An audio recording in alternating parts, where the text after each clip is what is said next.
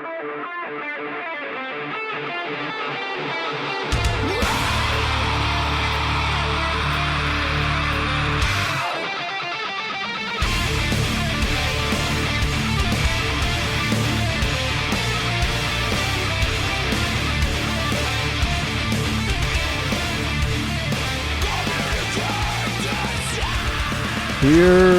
we go. Today is Tuesday, April 10th, 2018, and this is episode 215 of the Defensive Security Podcast. My name is Jerry Bell, and joining me tonight, as always, is Mr. Andrew Callett. Good evening, Jerry, for a rare Tuesday edition. I know, it's the second rare Tuesday edition in a row. I know, because we try for Sunday, and then we get busy. And then we try for Monday, and we get busy. And then here we are Tuesday. Yeah. Mondays are turning out to be pretty awful for recording. So, I think someone has often said Mondays are awful in general. That's true. Somebody may, in fact, post funny dumpster fire pictures about Monday on Twitter. Well, somebody posts pictures. Funny is to be determined. An eye of the beholder. All right. So just a reminder that the thoughts and opinions we express on this show are ours and do not represent those of our employers. And just initial shout out to our Patreon donors. Thank you very much for keeping the lights on. Indeed, you guys are awesome. It still amazes me, astounds me, and humbles me that you kind people donate money to our show. Thank you. And if others are interested, we are still open for donations and always appreciate them and love them now that Patreon stopped screwing up their donation system. That's right. All right. So getting into some stories. Before we get into the normal stories for today was a very special day in the InfoSec world. Yeah? Very, very special day. Yeah? Today was Verizon Data Breach Report Day, DBIR Day. I know, and I would have stayed up all night like Christmas. It is the InfoSec version of Christmas. I don't think anyone who's listened to the show for a while is surprised that we are big fans of this report. It's well written, well researched, and really does a wonderful job of boiling down what's really going on out there. So highly recommended to read it. Yeah, and it's unlike a lot of other reports, it's it tries to be somewhat based on data, and I think they're also pretty transparent about where their limitations are, and some of the gotchas to be aware of when you're reading it, unlike a lot of other reports. But it's a great read. I have not had a lot of chance to read it. There was only one thing that stuck out to me as I was reading it, just kind of skimming it, and that is 30% of insider breaches were the result of sysadmins. That was actually the highest category of insider type that was a cause of an a breach resulting from an insider. That's weird to me.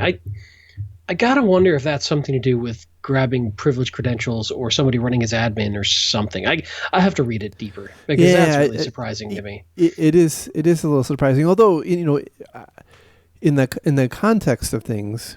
And by the way, this is also a little counterintuitive because everybody who's ever studied the academic side of security knows that insider threats are the most significant thing. Well, but when you look at the data, the DBIR, it's, I don't remember the exact number, but something like 3/4 of the breaches were the result of outsiders. So, well, and here's where I think things get confused, because a lot of times outsiders start by capturing, or not start, but at some point capture credentials of an insider.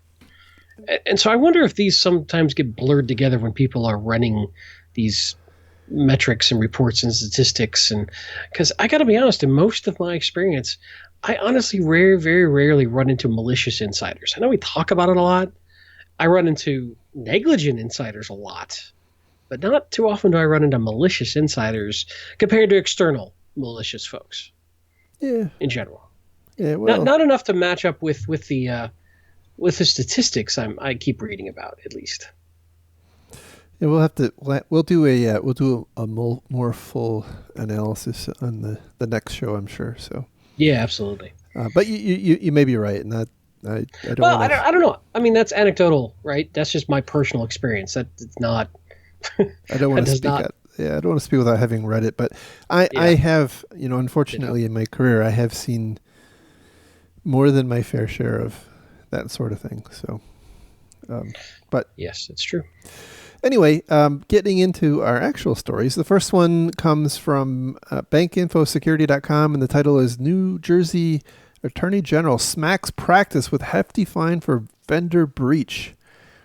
This one's kind of interesting.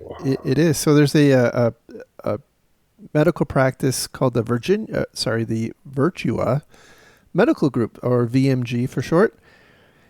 Back in 2016, they had a breach of about 1,600, the data of about 1,600 patients. But it's a little complicated because the data breach didn't actually derive from them. It derived from a vendor of theirs called, I think it's Best Medical Transcription, which is an ironic name. Also, a Georgia-based company. Yes, that's right. And so apparently this company does, as one might imagine, transcription service for medical records, which I guess is a pretty common thing.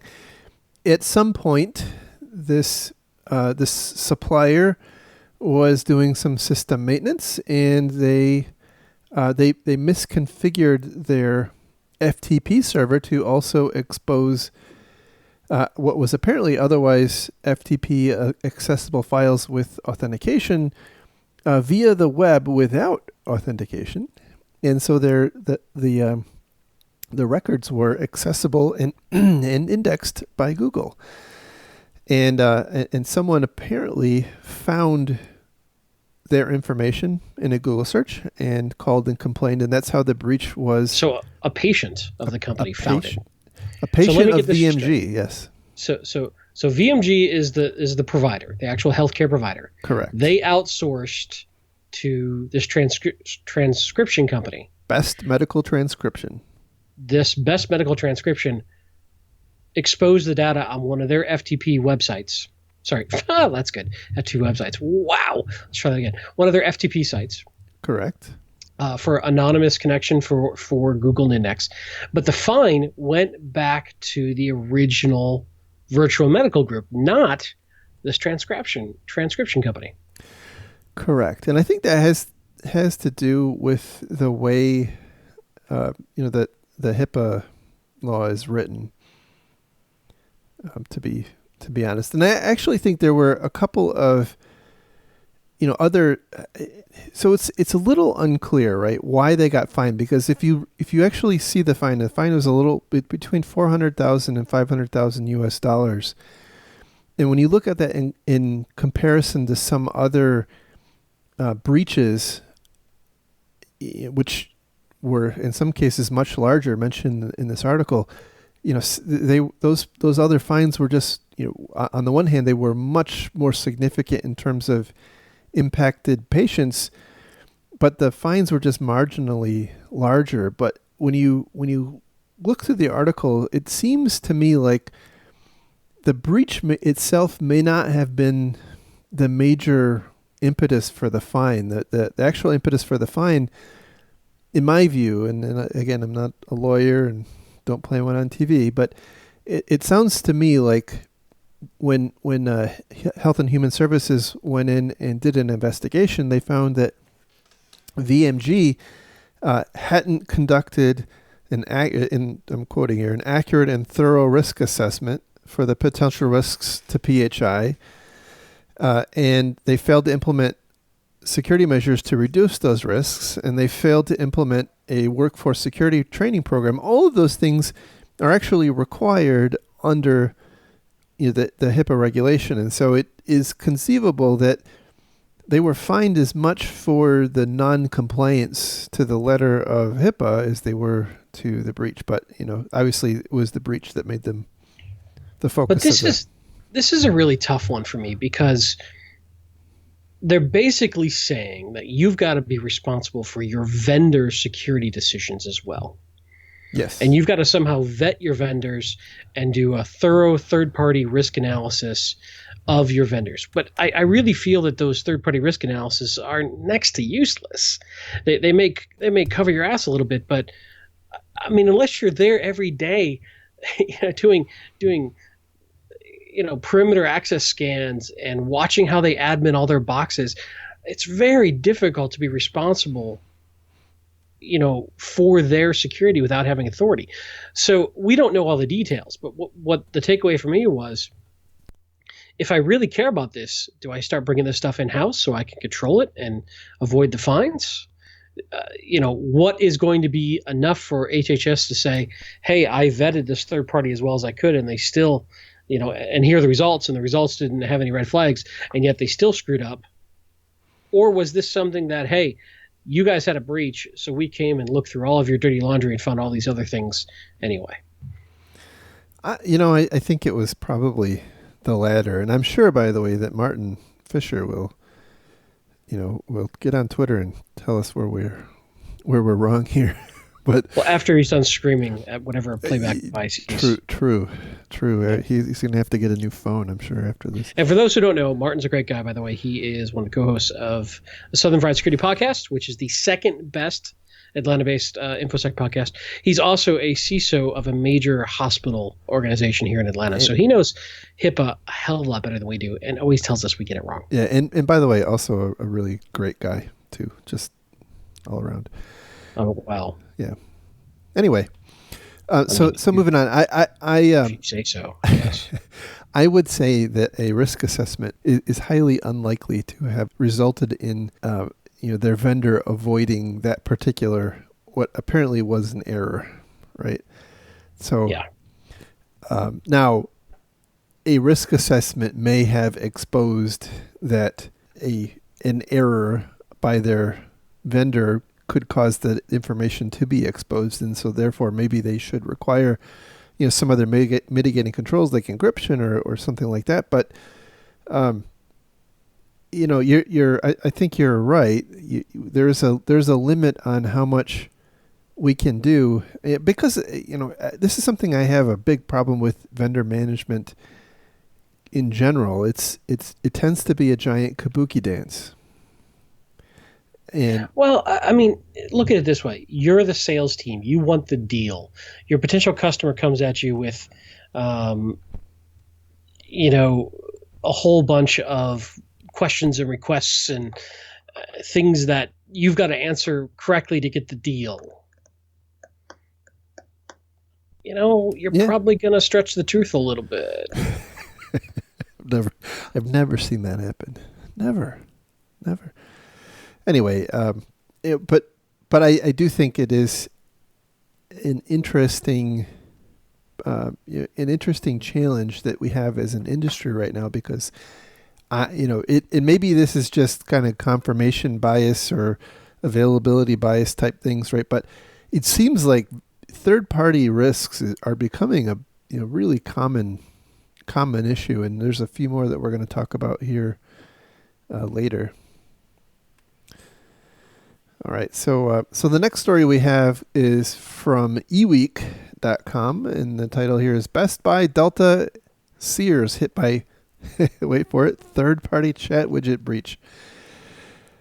So this one started off as a breach of reported by Delta first, I believe, and then Sears later said, "Oh yeah, me too," and then finally Best Buy came along and said it impacted them too. And what appears to have happened is that all these companies used a company called, I don't know how you would say this company's name. It's 247.ai, but there's brackets and other crap in the name. And look, it's trendy and hip. You wouldn't understand. You're right. You're absolutely right.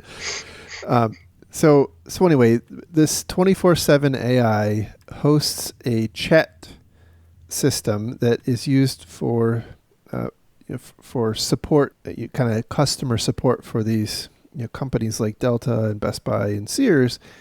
And apparently in the one of the ways it's used, most unfortunately, as it turns out, is that I guess they can process refunds or do ad hoc transactions using credit card information. And now there's not a ton of detail, but there is an allegation that from September 26th through October 12th of 2017, there was, quote, malware affecting 24/7 AI's software. So I don't really know exactly what that means. Yeah, I read it as something doing basically keyboard logging or credential capturing or something that, because apparently you can send credit card information and complete purchases over this chat client. So the best I can tell, it was capturing that sort of personal information and leaking it out. That matches my expectation and understanding. So anyway, this is not the first time this sort of thing has happened, and I'm quite confident it's not the last.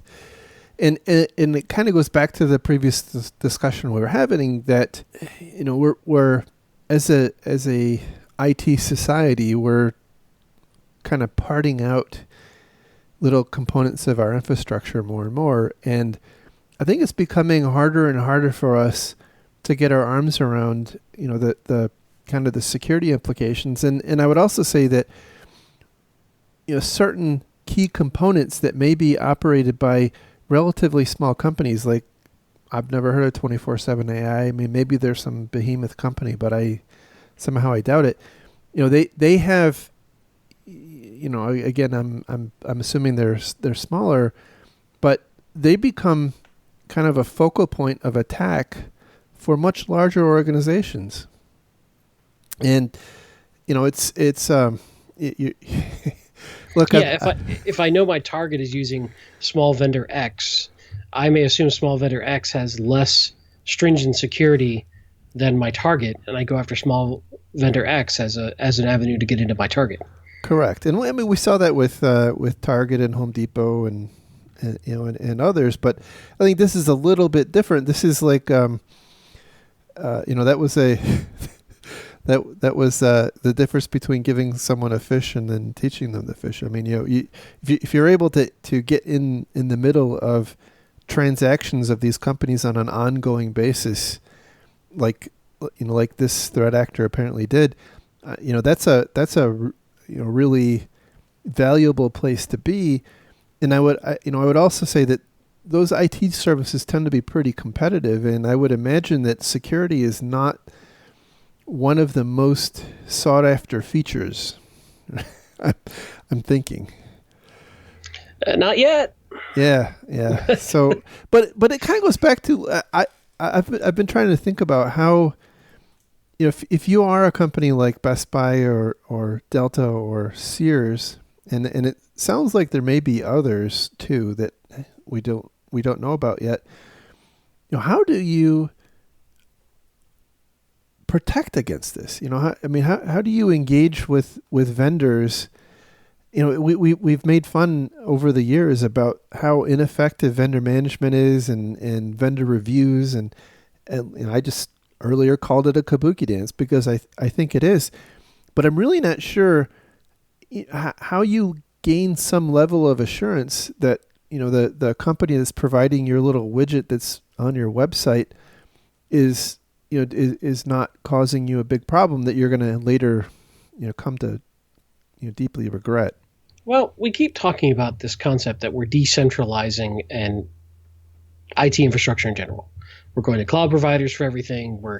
And when I say decentralizing, I mean we're decentralizing from our IT monolithic infrastructure and pushing out to all these smaller subject matter expert vendors. Maybe we start looking at this as these sorts of things probably will be inevitable in certain extents, and somehow just factor that in as the cost savings for not doing all of our own in-house development. I don't know. It's a really tough problem to solve. I don't have a good answer because I don't think a third party, no matter how big and powerful, could ever really assume that they've got this locked down. for one of their vendors. And then you're just rolling the dice. But we're not going to get away from using third-party vendors. It's just going to. Yeah. I don't know a good way to mitigate the risk because, like you mentioned, I don't think third-party risk management, for all the good intentions, does a really good job of managing this risk today. Right. Right. I mean, it will filter out naive companies for sure, right? And some I've seen look at small companies as being risky, but then again, we don't know the size of this company. Yeah. I don't know. Yeah, and we also don't know the nature of the attack. I mean, it may not have been any fault of 24/7 AI. We just don't have that level of detail. But given the scale or the scope of it, it does sound like whatever happened was probably on some infrastructure component, like their some kind of chat server or something in their infrastructure, but which kind of tells me, by the way, that it probably wasn't like a keylogger or something like that. It was, I don't know. Anyway, we don't really know, but anyway, I think that this vendor management space is going to become much more challenging as we continue to federate out all of our little apps and crap to small companies, and in particular when we start thinking about them in really granular chunks and say, well, this one chunk doesn't do anything especially risky, and I don't know how this particular vendor was viewed, but I could certainly see, well, somebody saying it's just a chat app. Right. So anyway, moving on. But it's funny because it would have come within PCI scope most likely. Well, that's a good point. That's a really good point. And I'm sure it was hella PCI compliant. Well, nothing PCI compliant's really ever been compromised. Hey. I know. I digress. All right, moving on to our next story, which also comes from Bank Info Security, and the title here is Panera Bread leaks, a data leak persisted for 8 months. Holy God, this is a roadmap of what not to do. Well, we're not talking about it on this show. We really should cover it, but I think T-Mobile Australia got the roadmap for what not to do. Well, I think they were kind of like jockeying for pole position on on this. So yeah, you're right. So the thing you're talking about, go ahead and explain a little bit about that. So I don't know all the details, but something had to do with T-Mobile Australia was storing some portion of passwords in plain text that were recoverable, and some folks started to engage the social media account for T-Mobile Australia, saying, "Hey, this is a bad idea." By the way. It's T-Mobile Austria. My bad. Yep. They're very close. Virtually neighbors. Practically next door. Almost the same country. Right. So T-Mobile Austria. Thank you very much. Social media account rep decided to, I guess the term would be text-plain why they were right and the experts were wrong, and it went downhill fast. Yeah. And so the takeaway was, don't get into a technical debate about anything InfoSec on the Twitters. I guess that pretty much a technical debate in general on the Twitters. To tell your social media folks to just nod and smile and say, thank you, we'll look into it. Correct. That is the best advice that you could offer. Right. Because now we have the Streisand effect of calling attention to this whole thing. And anyway, it's an aside, but I'm just saying this was that one caught me as particularly absurd last week. Yeah, I think the operator of the account basically, there's a back and forth that was very well publicized in lots of different media, and the person was saying, "Hey, look, you're clearly storing passwords unencrypted," and the T-Mobile rep said, "Well, I'm paraphrasing. Well, I don't really see what the problem with that is." And the response was, well, this is 2018. You may be aware that this is a commonly abused technique. And then the T-Mobile account, a social media account person said, yeah, but what if you have amazingly good security? And that was, I think it was that particular comment. What if you did? Really? That would be nice. I think it was that particular comment. And then there was another, I think a follow-up comment, about, hey, do you know anything about carrier grade security? Which I was thinking, military grade security when right. This is Oracle's famous, our databases can never be hacked. Correct. Don't look behind the curtain. And on Twitter, the problem is, if that person doesn't, they probably know someone who does. Yes. Because this circulated around the InfoSec community in about a heartbeat. Yeah. And the torches were out, the pitchforks were out, the mob started marching. I made some popcorn because I'm old. I don't march anymore. It was entertaining. But now, to give one line of defense to T-Mobile, they try to be edgy in their marketing. Their CEO does all sorts of stuff, who's edgy and different. So this could be kind of, them trying to extend their brand image. But well, you know what? There is a school of thought that says, any advertising is good advertising, and they just got us to talk about them on the. They got us to say their name on our podcast. So I guess for all three people listening, yeah, I guess that's something. So anyway, moving on. Yeah. Anyhow, don't do that, right? If you're a company who has a social media account like that, make sure they understand the risks of engaging in battle like that. So anyway, here's the story. Panera Bread, there's a researcher named Dylan Houlihan.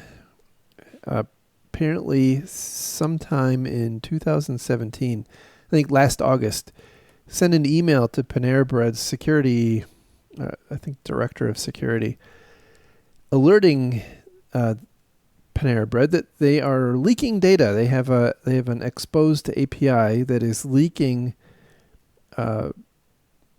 effectively their frequent shopper database, online order database. Is it the online order? Yeah. Well, I think it was later. Someone said that if you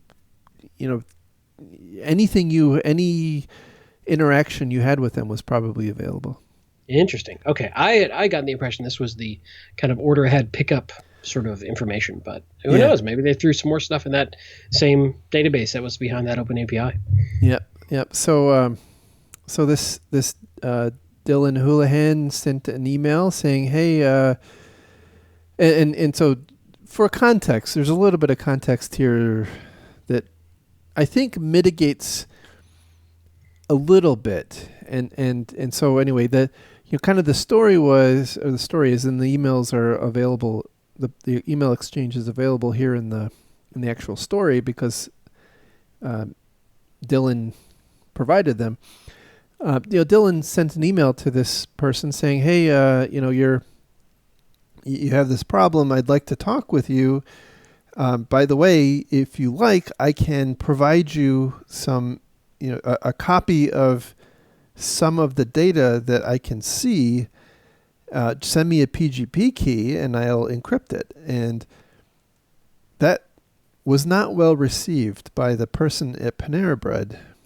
And this person at Panera Bread saw that Dylan Houlihan works for a security consultancy, and I guess, made the assumption that this was, like a shakedown. I don't know, or a sales tech. I mean, yeah.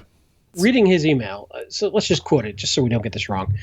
This is coming from the Panera Bread guy, Mike Gustavsson. I apologize if I pronounced that wrong. Dylan, my team received your emails, however, it was very suspicious and appeared scam in nature, therefore was ignored. If this is a sales tactic, I would highly recommend a better approach, as demanding a PGP key would not be a good way to start off. So I kind of get where he's coming from here, because Agreed. I've gotten a ton of these emails. Agreed. Yep. And in the early days of the internet, there was a whole bunch of, oh my God, I scanned your website and found these vulnerabilities. Pay me and I'll tell you what they are. Right. And then he continues, as a security professional, you should be aware that any organization that has a security practice would never respond to requests like the one you sent. Well, there he starts to lose me. Yeah. I think anytime somebody comes at you with some information about a potential vulnerability, you probably at least need to do a cursory look over what the story is, just in case. And he continues, I am willing to discuss whatever vulnerabilities you believe you have found, but I will not be duped, demanded for restitution bounty, or listen to a sales pitch. I get his frustration. Our industry has a lot of folks who do crap like that. Mm-hmm. So I think people in this article have focused on the lost a little context, not about the PGP key. I think it's if this is a sales pitch, I'm not fond of your approach, is the way I read that email. I agree with that. Yeah. Yep. Yeah, but that's not really the story. Yeah, but right, and I think it's part of the story, and it's been since quoted that apparently this Mike Gustav, I'm going to butcher his name, so I'm not going to say it. It used to work at Equifax, and it kind of implying that my gosh, but that it's awful everywhere he goes. But I'm not particularly bothered by that email. What bothers me is that apparently they didn't do anything about the report for 8 months, and they actually didn't do anything until this Dylan actually wrote a post on Pastebin and also involved Brian Krebs.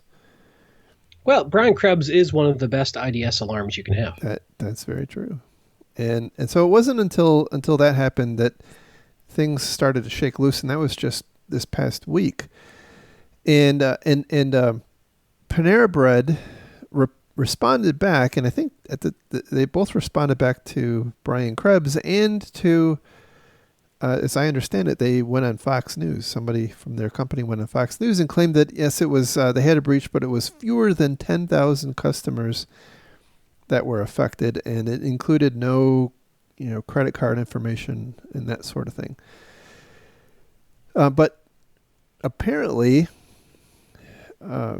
that's not, I guess, true, right? So Brian he also wrote up a report on this on his website, indicated that at least some of the records that he saw, some of the sample that were provided by Dylan, had record numbers in the 7 million range, which with the assumption that records are sequential. Yeah, and apparently they were sequential, but we don't know that they go back to zero. That's the true.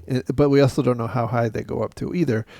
And apparently that this API was accessible via the internet, and really all you had to do was increment the the customer number, and you could kind of scan through and get back all the data in basically the database. In the URL, right? I mean, it's that simple. Yeah. Well, I think it's a little more complicated, but it's effectively the same. Yeah. Right. Yeah, it's unauthenticated open API. Correct. It's just a matter of knowing the parameter. Correct. And so this is just a great example of how not to do breach response. So, they responded back saying, we acknowledged the problem. It was only 10,000 people, and we fixed the problem. And then Brian went back to them and said, "Hey, you may want to look again, because you have all these other websites that also have that same API exposed." So they only fixed it on apparently the one specific site that Dylan reported, and effectively it was, I guess, the same kind of infrastructure was was exposed on all of the different subdomains they had exposed, which apparently there were numerous. So, abstracting that out a bit, I mean, before they even knew about the issue, we don't know a ton, but how would the average company spot sort of open APIs like this and protect themselves from being found out in this situation? I mean, do web application scanners find this kind of stuff? Do vulnerability scanners find this kind of stuff?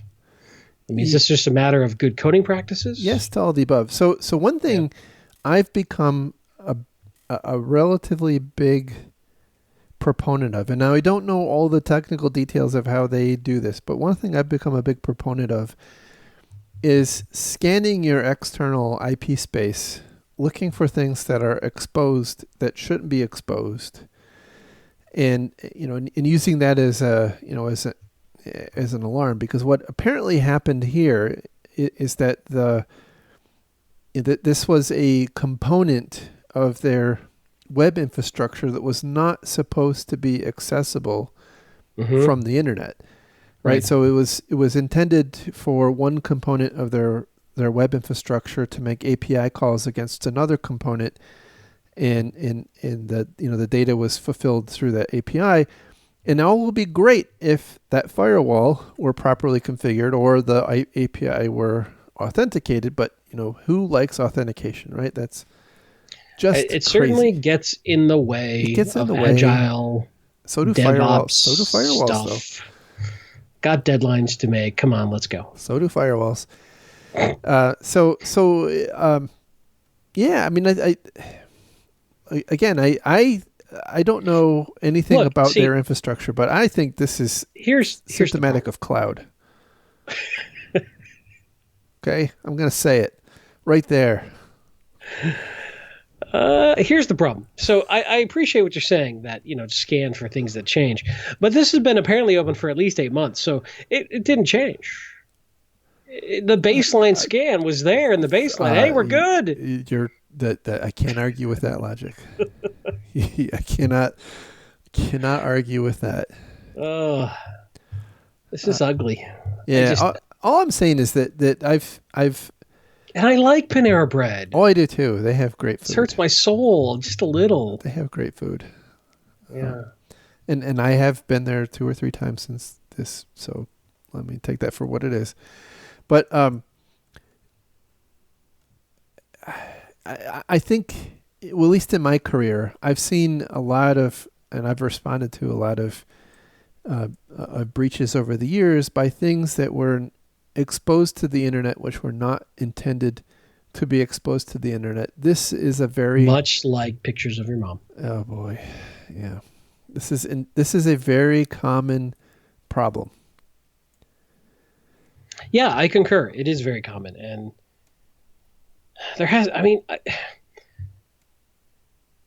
spin up a cloud scanner, scan the perimeter of your infrastructure, make sure all that stuff's supposed to be open.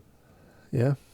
Yeah, I mean, especially when you're, it's one thing if you're 24/7 AI, which I'm going to pick on them, who may be very, very small, right? But, if you're a large company with millions and millions of users, data like that, you should have sound practices. Again, I don't know the details, but I have seen evidence that some of the the move to cloud and whatnot results in bad hygiene. I don't think cloud itself is bad. I think cloud enables bad behavior. But if we properly educated our staff on moving to the cloud, I think it could do the opposite. Absolutely. I think we're squandering this opportunity. Absolutely agree. I think we have a great opportunity, and we're, but again, I don't know that they are in cloud.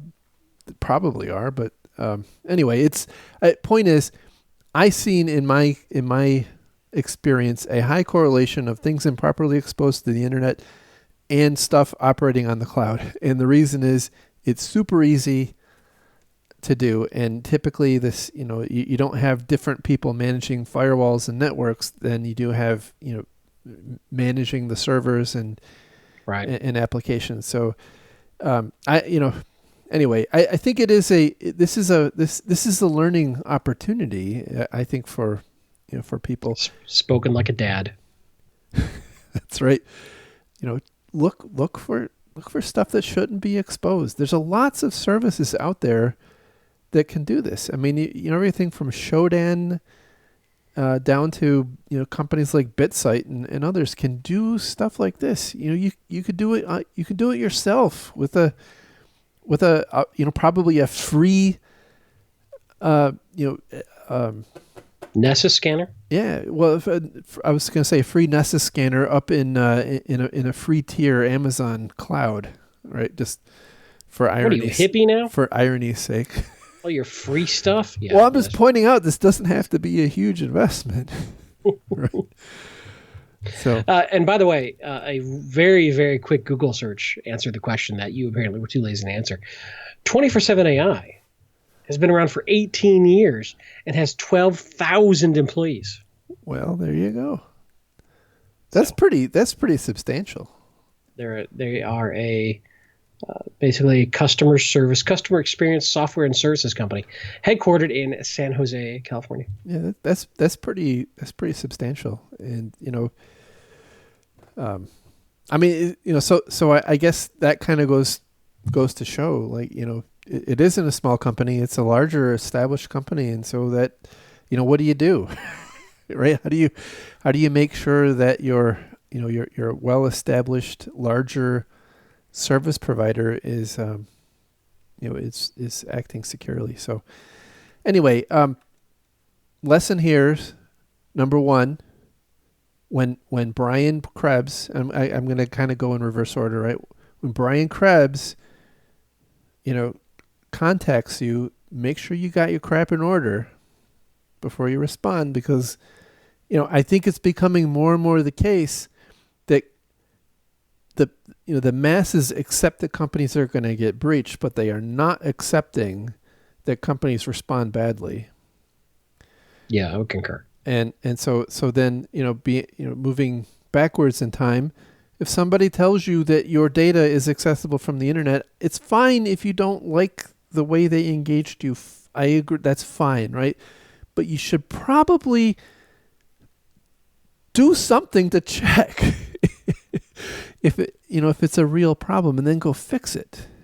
Because you're going to look real dumb later if you don't. Because you're going to look dumb later if you don't. And then, kind of going backwards from that, make sure that the stuff that's exposed to the internet is, that it's properly exposed. And I can't help but think that this is, God, like my talk, right? I think we've got a skills problem in IT. You seem upset, Jerry. I do. I'm very frustrated. All right. Well, take your nitroglycerin pill. It'll be okay. Yeah. I mean, Matlock's on in a little bit. I'll be fine. So, all right. Moving on to our last story. The title here, actually, this comes from the Baltimore Sun, and the title here is "Hack of Baltimore's 911 Dispatch System Was Ransomware Attack," city officials say. And, let's just say right up front, Atlanta, our major metropolis we live near, was paralyzed for nearly a week due to a ransomware attack. So, go Atlanta. This company was, the city was apparently paralyzed for about 12 hours. So, slightly different scales. I would say there's not a ton of uniqueness to this attack. I mean, it's obviously bad, and I think we talked about this either last week or the week before. There was a little bit of information out about it, but not a lot at the time. This attack apparently resulted in their computer-aided dispatch for their police force being taken offline. I think at the time it appeared like it was the system got infected by ransomware, and that was why it was offline. But in this article, they point out that no, that's not what happened. It was taken offline as a proactive, preventive measure. But unlike a lot of these things, they actually said what happened here, which is really is really cool. And I want to give everybody involved kudos for being transparent, right? And what happened was that during some episode where the IT team was debugging, they opened the firewall port, Well, sometimes you just got to get the firewall out of the way. That's right. And I can only assume, by the way, that the port they opened was RDP, because, well, it's a pretty common issue. But we don't. That's complete speculation. I don't know why you would open up any other port. Like, it wouldn't make sense for you to open up NetBIOS. You don't know. You don't know. You weren't there. It's fair. I don't know. You're right. But There could be lots of reasons. Yeah, but they could have opened up SSH. They could have opened up something that had a default password on it. You don't know. Well, I think it was RDP with a default password or a weak password. So they said that they say that it was the result of a firewall port that was opened and left open for 24 hours, and they speculate that the attack was the result of quote automated scanners identifying, and which, by the way, is true, right? I mean, if you put anybody who's had an experience recently with standing up a system on the internet, if you stand something up on the internet and you expose a port, like, you start getting probed almost immediately. Yeah, it's crazy. So, and it's not everything is a sophisticated nation state attack, right? So, anyway, they. Whatever means, I'm speculating that it was RDP, weak password, default password, or maybe no password, and they the attackers shoved some kind of ransomware onto the system, which is probably an automated scan, automated attack kind of thing. I suspect it probably was almost certainly completely automated. Yeah. Sorry, I interrupted you. Go ahead. I forget what I was going to say, but whatever. I'm sure it was very important. Probably not. So, anyway, the city of Baltimore apparently engages with a third-party company called TriTech, and TriTech realized what was going on, and they shut down the server as a proactive measure. And I think it was about 12 hours later, if I remember the timeline right, they were back in business, and and here we are talking about it. So, and we don't know if they paid the ransom or not. We do not know if they paid the ransom. That's true. The way the article reads, it seems like they probably restored from backup, but we honestly don't know. It's left open to interpretation. Yeah. Well, so they said no personal data of the city residents was compromised, and in recent times, that's not been. If ransomware, if there is a ransomware attack that affects data, right? Not if there's a ransomware attack that affects data, that's typically not been the message delivered, right? Because we now consider a ransomware attack a breach. Yeah, but not everybody is forced to use the same lexicon. Well, I agree. Especially when we got media in the mix here. Yeah, that's fair. Anyhow, we don't. Those are details we don't really know. But anyhow, it does. I guess the point is, they seem to have, again, don't really know, but they seem to have a fairly well working plan to mitigate and respond to and get things back up and running. So kudos to them. Even if that result. But what's interesting to me is how one little mistake caused this. Exactly. Right. And so I'm assuming there probably was an assumption that whatever device was exposed to the internet never should have been exposed to begin with. So there was less protections and controls built around that device because it's internal only, quote unquote. Exactly. And this shows you never quite know when something might suddenly become exposed, and maybe you shouldn't ever consider anything internal only and try to harden everything equally. Yeah, and to be honest, that is one of the things I really like about the whole zero trust model. Not having it, effectively not having any firewall, right? You cannot. It forces you to make the assumption that no part of your network is safe. because it's none of it true. is. Right. And whereas I think that in a lot of cases, what you said is exactly true, and it kind of goes back to the earlier story about Panera Bread. When you start making assumptions that, oh well, we don't have to secure this thing because it's behind the firewall, and that's okay. Well, that works until it's not behind the firewall. Right. And the bad guys are really good at getting around firewalls these days. And in this case, just going through it. Yeah. So, but if I look at my crystal ball, I do think that, well, I'm not going to say that, right? Because we've been saying the perimeter's dead for the last 25 years. So. Well, I think it's a good mindset to assume that the bad guys will get past your perimeter. How about that?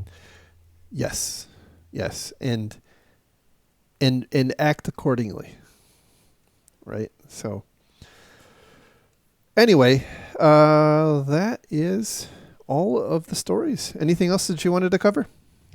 No, I think we did good. I think we'll try to do Verizon data breach stuff next week. Yes, indeed. I got some reading to do. I don't remember how many pages it was. It's a lot of reading. I'll wait for the movie version. The Cliff's Notes. All right. Well, thank you everyone for listening. You can find links to all the stories we talked about on tonight's show on our website at www.defensivesecurity.org. You can find the show on Twitter at DefensiveSec. You can find Mr. Khaled on Twitter at Lurg, and you can find me on Twitter at MaliciousLincoln. With that, we will talk again next week. Have a great week, everybody. Thank you. Bye-bye.